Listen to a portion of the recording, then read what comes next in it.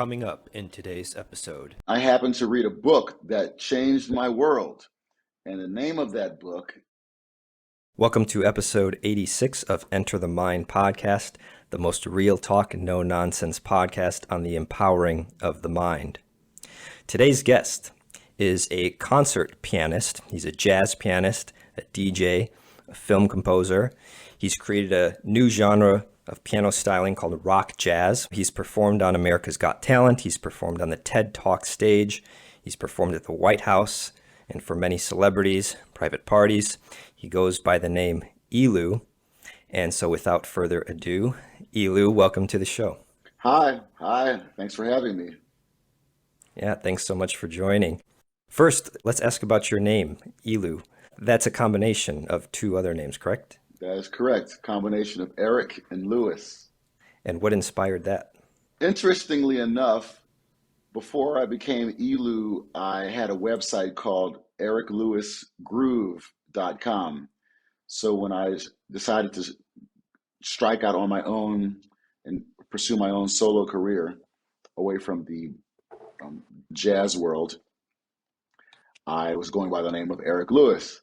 And then I happened to read a book that changed my world. And the name of that book is The 22 Immutable Laws of Branding. And so one of the rules in that book is to look at someone in your field that you'd like to be like and emulate some of their elements. And so I looked at the field and I said, well, who are the most popular non-singing instrumentalists? And I noticed there was Kenny G, there was Liberace, and there was Johnny. And then I asked myself, what do these guys all have in common? What's the singular thread? They all have one-word names. And so I said, aha. So I decided to follow rule number one. So I let go of Eric Lewis and I started going by Elew for branding. Some people had called me that as a nickname in the past, but I decided to go ahead and make it a solid branding construct. And I looked online and I noticed that there weren't really any Elews out there. Nobody had really staked that territory. So I was like, cool. In I go. And thus Elew was born. That's how Elew came about. That's awesome. I'm familiar with that book. I remember reading it. The book for me has been a career Bible as far as being an independent entrepreneur, an independent brander, an independent entity as an artist. It gave me the tools I needed to distinguish myself in the marketplace and the tools and also the guidance of understanding how those tools could be applied and plenty of scenarios to learn from in the writings of the book that speak to the application of the rule, the ignoring of the rule, but it was very, very, very applicable. So there's pretty much all of the noticeable elements of Elew, this brand, come from that book, come from me obeying those rules. When you said I obeyed those rules, does the word obey to you have any energetic pull? Like, were you okay with obeying, like bowing down to something else? Well, one thing that is very, I won't say specific to me, but very specific to me is that I'm an avid chess player. And I've been an avid chess player for a very long time. Now, chess is very similar. I mean, it is literally a metaphor for combat, war, opposition, stuff like that. So I don't use the word obey lightly because these rules in the 22 Immutable Laws of Branding have been very, very, very important, extremely important. And here's the thing. The reason that I say obey is this. A lot of those rules, some of them were straightforward, some of them were not necessarily straightforward. However, that's the catch. See, if the rule says this, if the rule says imitate those guys name-wise, imitate those guys name-wise. There was a zillion Eric Lewises. So already, if I refuse to obey that rule, I'm agreeing to making things hard for myself out the gate.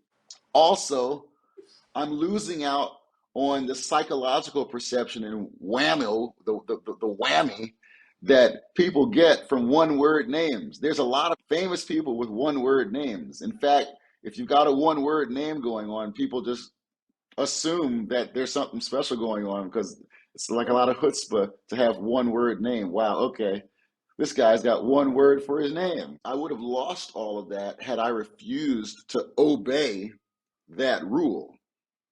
So I use obey with the sense of being technical, just the same way that an airplane, if you want all those tons of steel to float through the air like a bird and sit you down on the ground ever so softly, then the pilots need to obey certain fundamental rules and rudiments.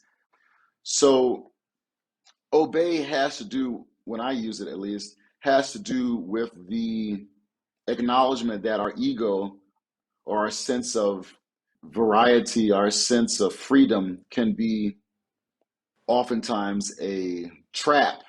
It can pull us away from something that actually ought not be treated as non-compulsory. Some things are optional, some things are compulsory.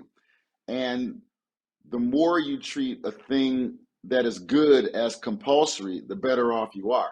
The less you treat a good thing as compulsory, the less better off you are, the less good you are. So anyway, when I decided to say, okay, I'm going to obey this rule, I'm going to creatively find a way to obey the rule. That's the fun part. It's like, you want to get creative? Okay, find a creative, unique way to obey the rule. Don't just be creatively obey. If you want to apply your creativity and all your diversity and all your individuality, creatively find a way to obey the rule. And that's what I did. So I'm like, okay, Elew. All right, that's simple enough, but how do I spell it? Is it Eloo? Is it Eeloo? Is it Elewww? You know, there was a whole miserable phase of trying to figure out how to look at this word Elew and feel good about it and get it right for my manager and media purposes and stuff like that and interview purposes. So finally I settled upon Elew, and the rest is history. I think that that is amazing.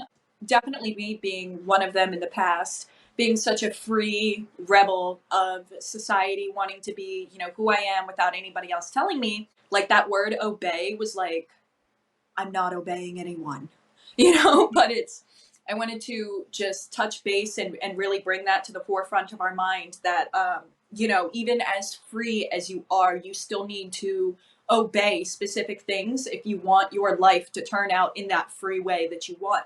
Don't let your freedom stop you from obeying things that are going to help you move forward.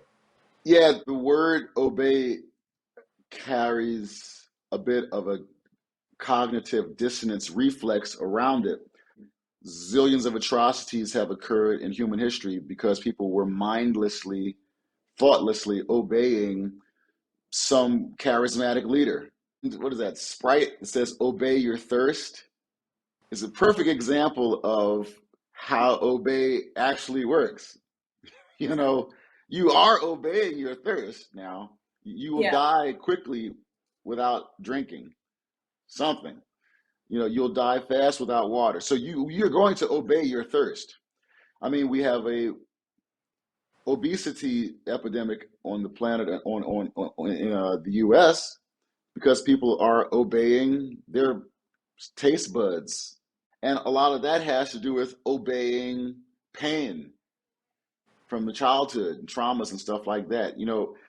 I dealt with that. I had to overcome. That was a hard thing I've had to overcome, was just dealing with the fact that, when my mother was going through some overwhelming stuff, she gets super furious, and a lot of times that anger would be a wall blocking me out. But then she'd say, okay, well, let's go to McDonald's, because that's how she would anesthetize or whatever.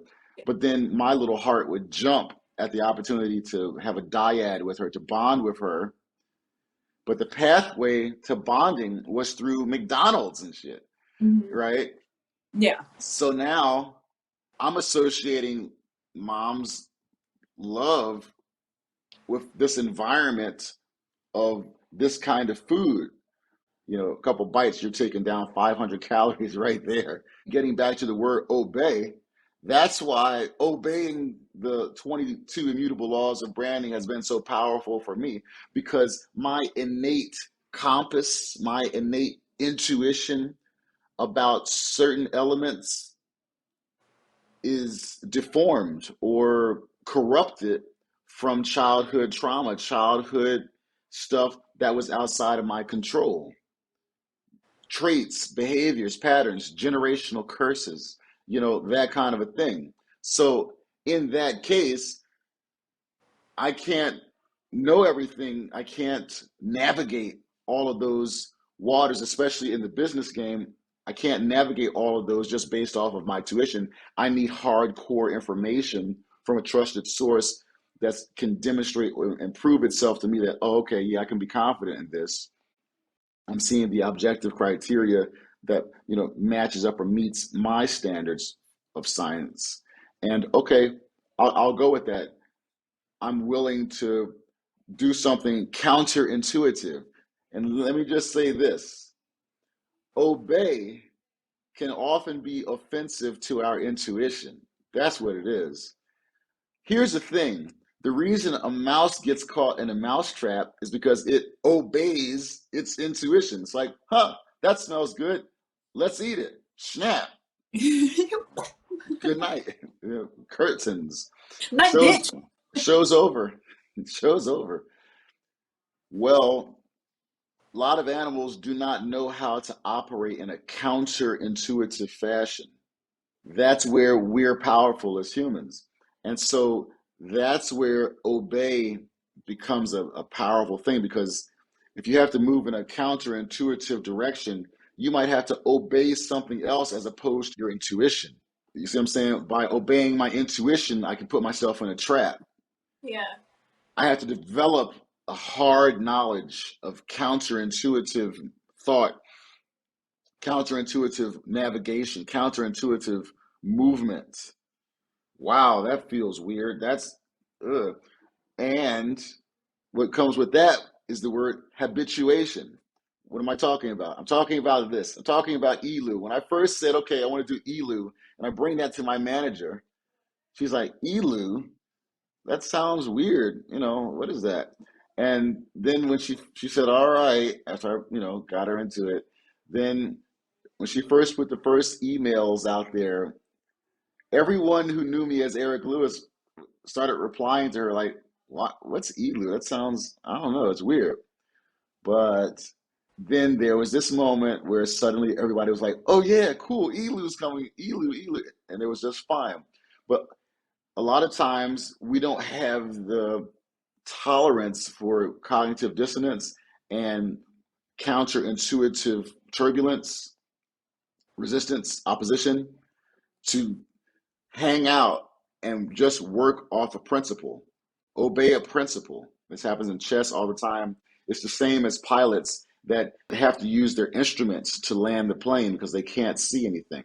It's like Navy SEALs that have to be able to untangle their scuba gear when they've done a covert water landing somewhere and they got to like swim 10 miles to the strike point, but it's all black. They can't see anything. It's murky depths, and they got to solve life and death problems casually in darkness. That's when you have to obey principles. It's like, okay, what's our first principle? Okay, establish lifeline, establish where this is at. You know, what's our next principle? Okay, boom, we got to obey that. Why? Because you can't work off your intuition. You've got vertigo. If you get caught in an avalanche, you don't want to start digging first because you don't know which way is up. So what do? You take a handful of snow and you let it go. That way you can see which way gravity is going. Then you know, oh, that's down. So the opposite direction is up. Your intuition might have had you digging further towards your death as opposed to towards your life. And when time is a factor, when there's time pressure as a factor, those kinds of principled decisions and obediences are very important. Some of these horrible tragedies we've had in the air had to do with people not obeying proper procedure in the cockpit. You know, you're supposed to push the nose down if you're stalling. They're getting, but intuition says, I want to go up. We're going down. I want to go up. So they're pulling back on the yoke. But you're only worsening the situation. You have to go against that. In the military, if you get caught in an ambush, you're supposed to run towards the enemy, not run away. But that's totally counterintuitional. You have to run towards them so as to take some of the steam out of their boldness to assault you. But that's hard you got to be trained to obey that or to disobey your intuition. These are the things that come into play when we start talking about obedience. It's very offensive. It's very gruff. But once you start getting into more severities, that's when more severities start popping up. Are you serious about your career? Do you want to put yourself in a position where you can have a fighting chance? Well, then you might be ready to start thinking about words like obey. Like the way that you're speaking about it is in terms of just watch what you're obeying. It's like, what are you daily obeying to? And is it good or bad? Is it beneficial? Is it moving you towards your target? Everybody saw me dancing from time to time and hitting uppercuts because that's legit what you were doing. You were just like, it was so good. Maybe we can talk a little bit about chess because that's come up a few times in this conversation. Okay. You said chess is a metaphor. In what ways can we think differently about chess? There's a word that comes up in chess, and it's a very powerful word. It describes a very powerful situation. The word is German, Zugzwang, Zugzwang,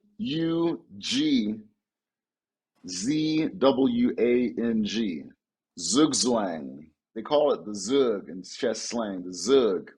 It means that it's your turn to move, but you don't have any good moves.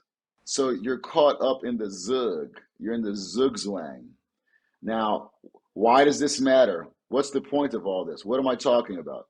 Well, this is what happens if you're playing against someone who knows how to play. See, at first, people learn, the 2-move checkmate, and then there's the 4-move checkmate and all that stuff.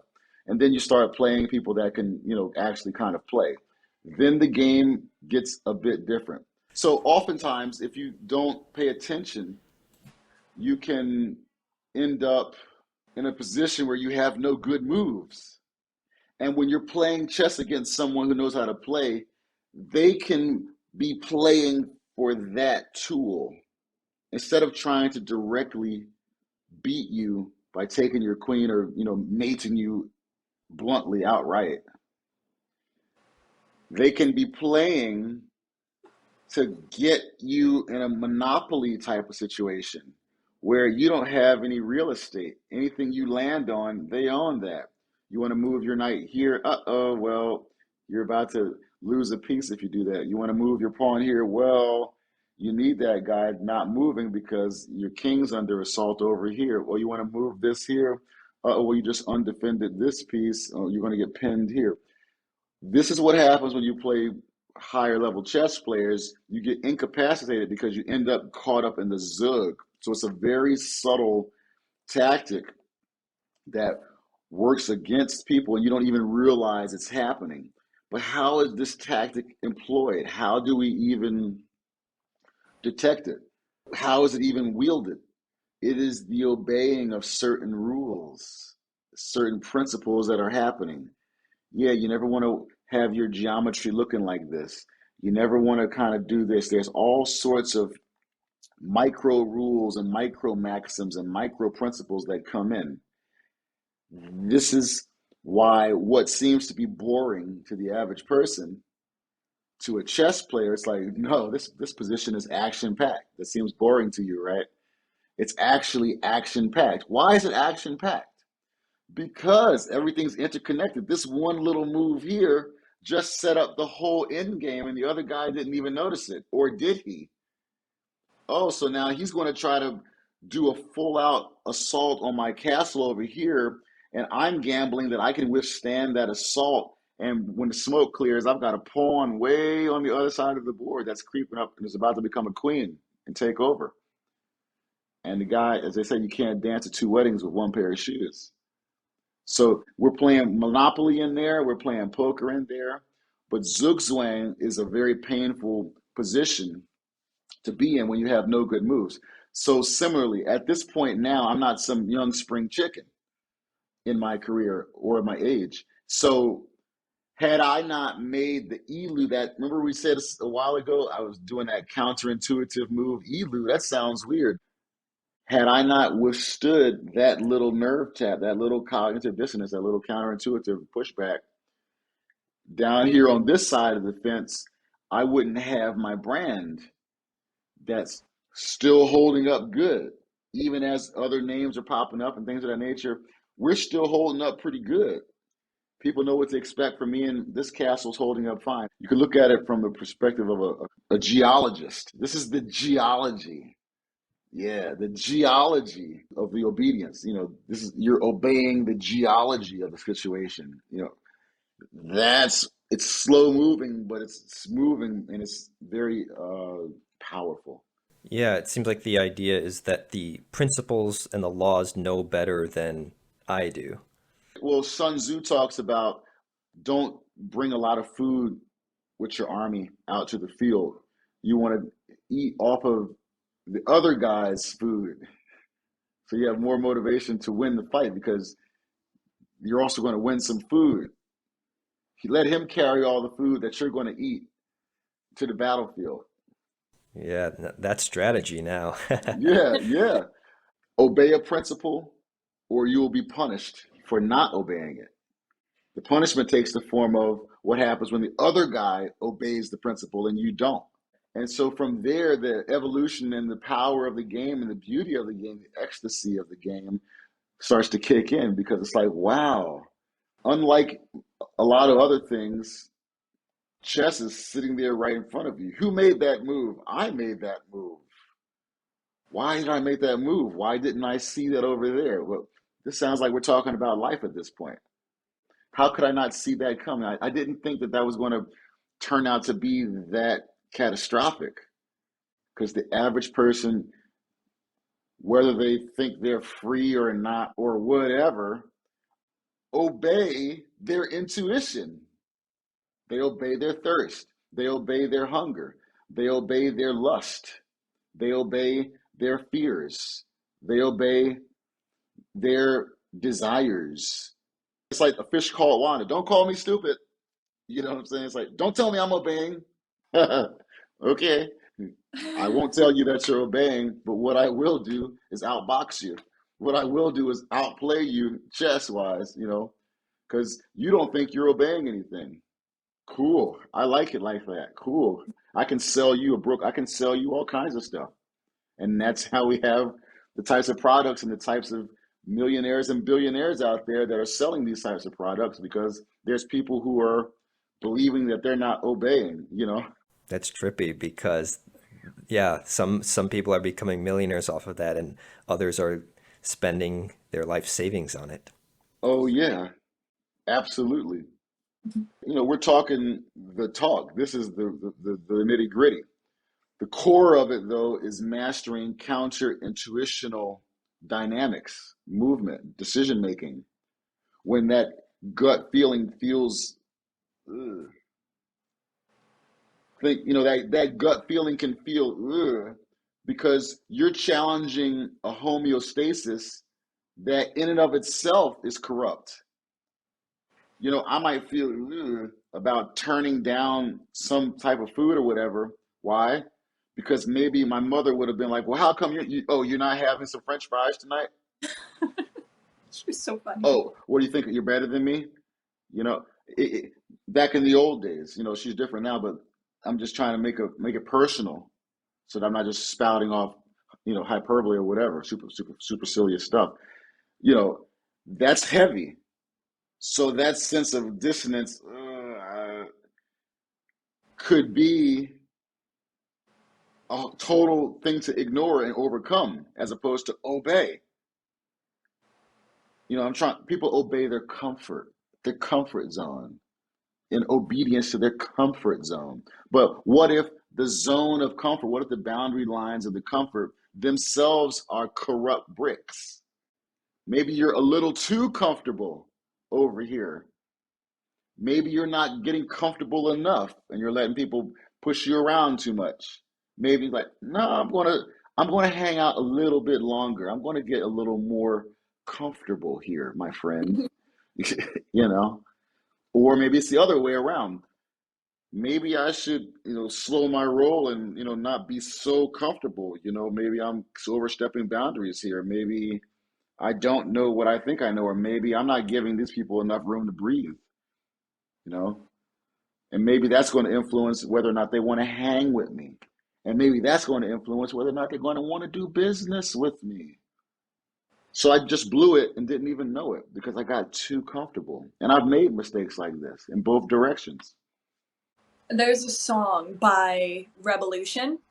Well, elevate yourself to the next plateau. And I love it so much that he says this, because there's always like new levels of comfort zones that you're reaching. When you get comfortable in this zone, it's beautiful. It's actually, you're like, oh my God, I'm comfortable. This is amazing. It means it's time to, now I can start building up to that next comfort zone. And now that I'm comfortable, it's going to get a little uncomfortable. It's going to be a little weird. But you know what? All of these little baby steps, they're going to come into my cells. I'm going to start recalibrating. And before I know it, I'm going to be at my next plateau. One question about the imagination, because I was watching one of your interviews and you talked about this armor that you wear while you're playing the piano, right? And it's inspired from superhero movies. It was another instance of me obeying the 22 laws of branding. One of the laws of branding is the law of first impression. You can never get the first impression back. That just got me thinking about how people will remember something. In other words, make it easy for people to remember you. Make it easy. So I was like, well, if I'm sitting at the piano like everybody else, I'm not making it easy for them to remember me. Let me get rid of the piano bench. Let me stand at the piano like I'm in a swordsman stance and play and rock that way, like a guitar player. All right, now we're getting somewhere, and this really hurts. It really sucks, but we're going to get over it. And, because now we're getting creative and it hurts, but that's cool. That means nobody else is going to easily imitate it, and they still have it. Okay, cool. So then I started seeing that the photographers, the paparazzi, really dug that because they're like, whoa, look at this guy. Whoa. So they're snapping. And so then I started looking in rock culture and thinking, wow, what other elements of rock culture can I creatively bring into my brand? And I noticed that they had cool wristwear, different bracelets and stuff like that. So I went down to Little India in New York and got like some cool, beautifully embroidered, beautifully carved bracelets. And I put them on and I did a show downtown. And when I got the pictures back, I noticed I can barely see the bracelets. I can barely see all this stuff. And then it was like, what if I wear armor? And then I started wearing armor and getting it custom designed, and then things got super cool. And so I was like, yeah, well, the hip hoppers wear bling their way, but I wear medieval bling. That's my bling. Because I was on a mission. I had all kinds of emotional pains and stuff like that, and delusions ultimately from, my previous jazz world. And so I was sort of using the armor as a type of beautiful therapy. In one way, it was my trademark. In another way, it would cut me and scar me. And again, I was comforted by the fact that this means nobody else is going to easily imitate it. That's why it hasn't already been done. I decided to name the armor because when I would be playing these solo concerts in agony, standing and having to pump out all this energy for these rock tunes, plus I'm bleeding off of the armor, it caused me to develop a psychological compartmentalization space where it's like, okay, I got what I wanted. I got my own career going, and all this immense pain, I can go to sleep at night and feel good because it's all going into my bank, it's all going into my legacy, and cool, I'll take it. So now, when I'm up there and it's hot and, this armor's on, it's got its weight to it and it's bearing down, but I would talk to it.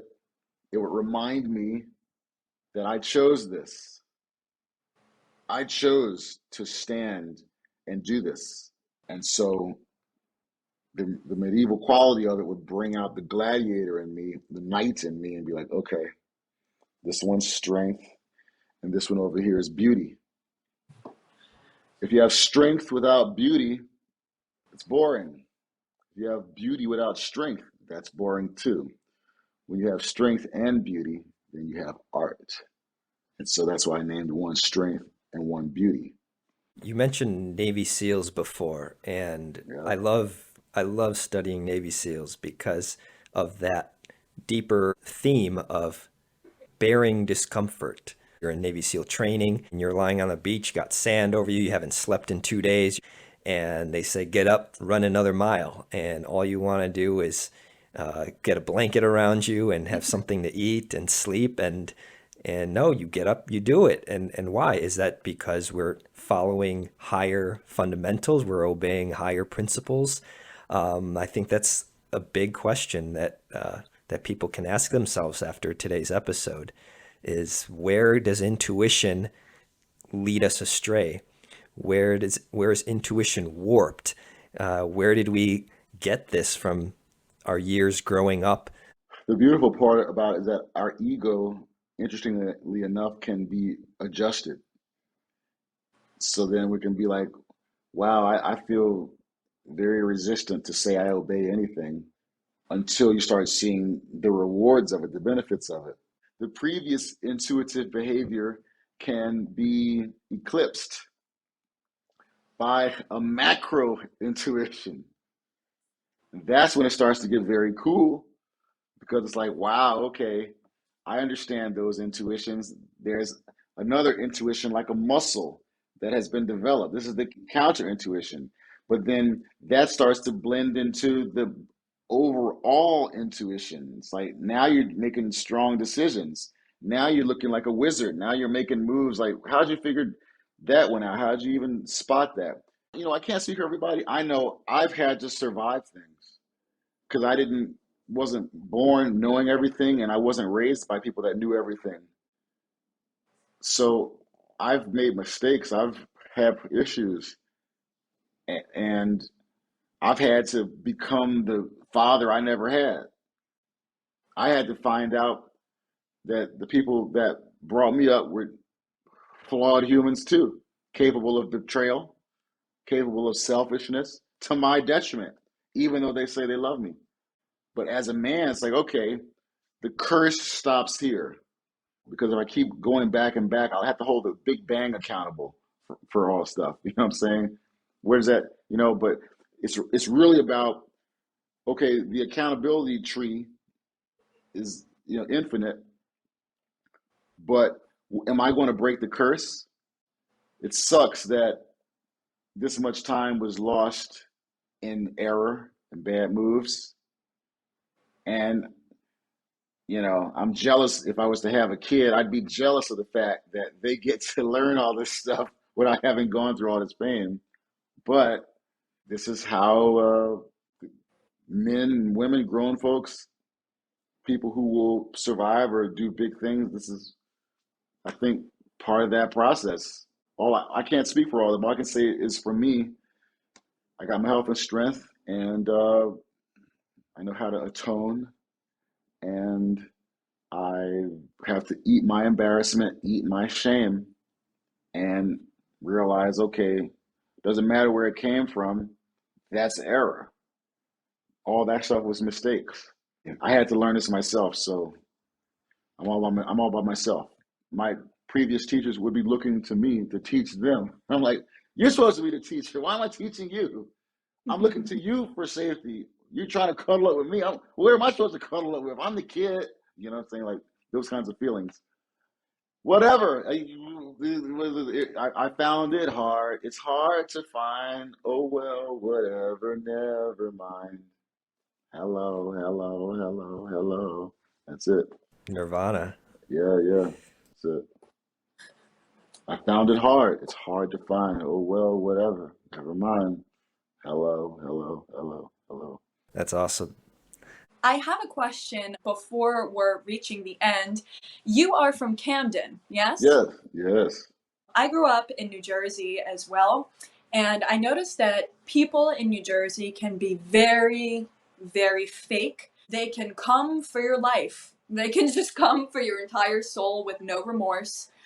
Did you ever experience any of that in New Jersey? And if you did or didn't, do you think that growing up in New Jersey has influenced you to be as, like, awesome as you are today? I grew up in New Jersey and I went to school in New Jersey in the neighborhood till about till sixth grade, all the way through sixth grade. And then from seventh grade on, I went to school out of district. So I didn't really get too deep into that aspect of it. We're talking just the high school stuff.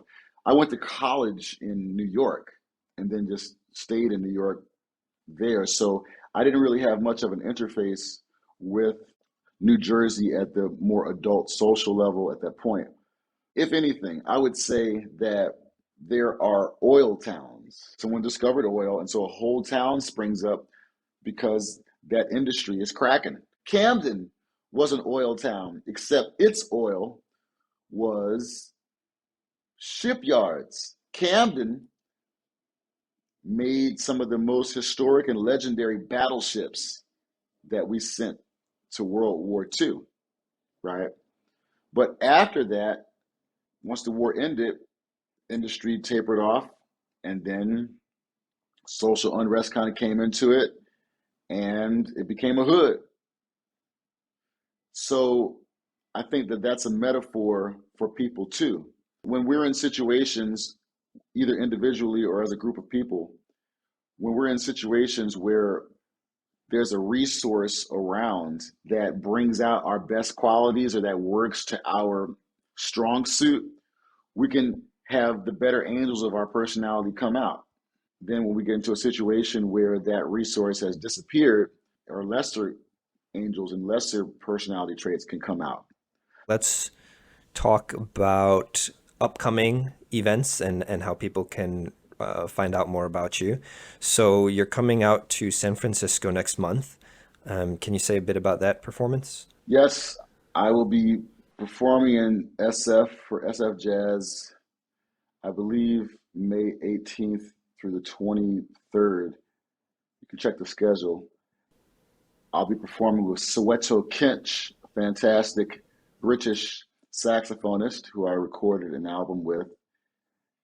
I'll be one of the special guests along with Nicholas Payton, Greg Hutchinson, and some other jazz greats. Looking forward to that show.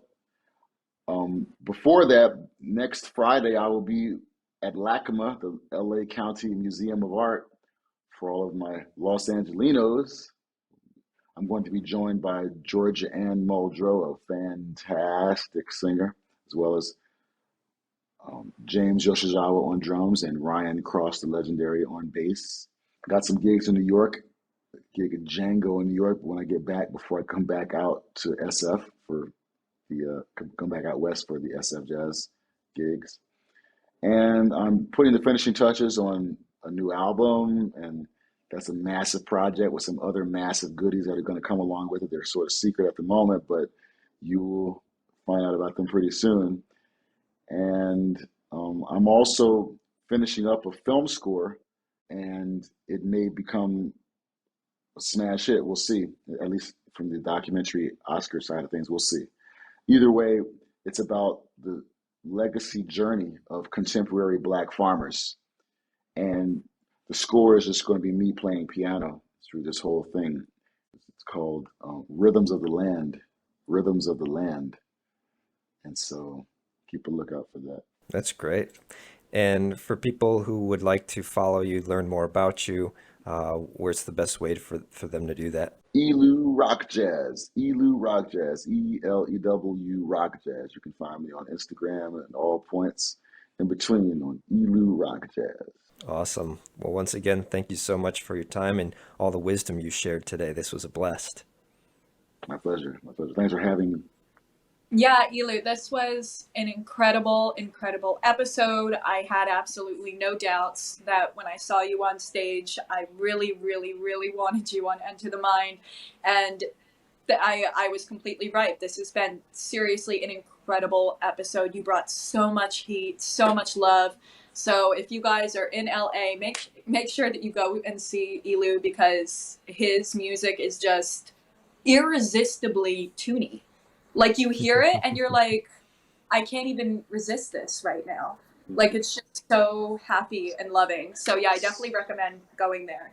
Simply irresistible. Did you find at least one gold nugget in today's episode? Then please like and subscribe and share it with a friend. And finally, if you're looking for a community of like-minded people, join our free Facebook group at facebook.com/groups/enterthemind.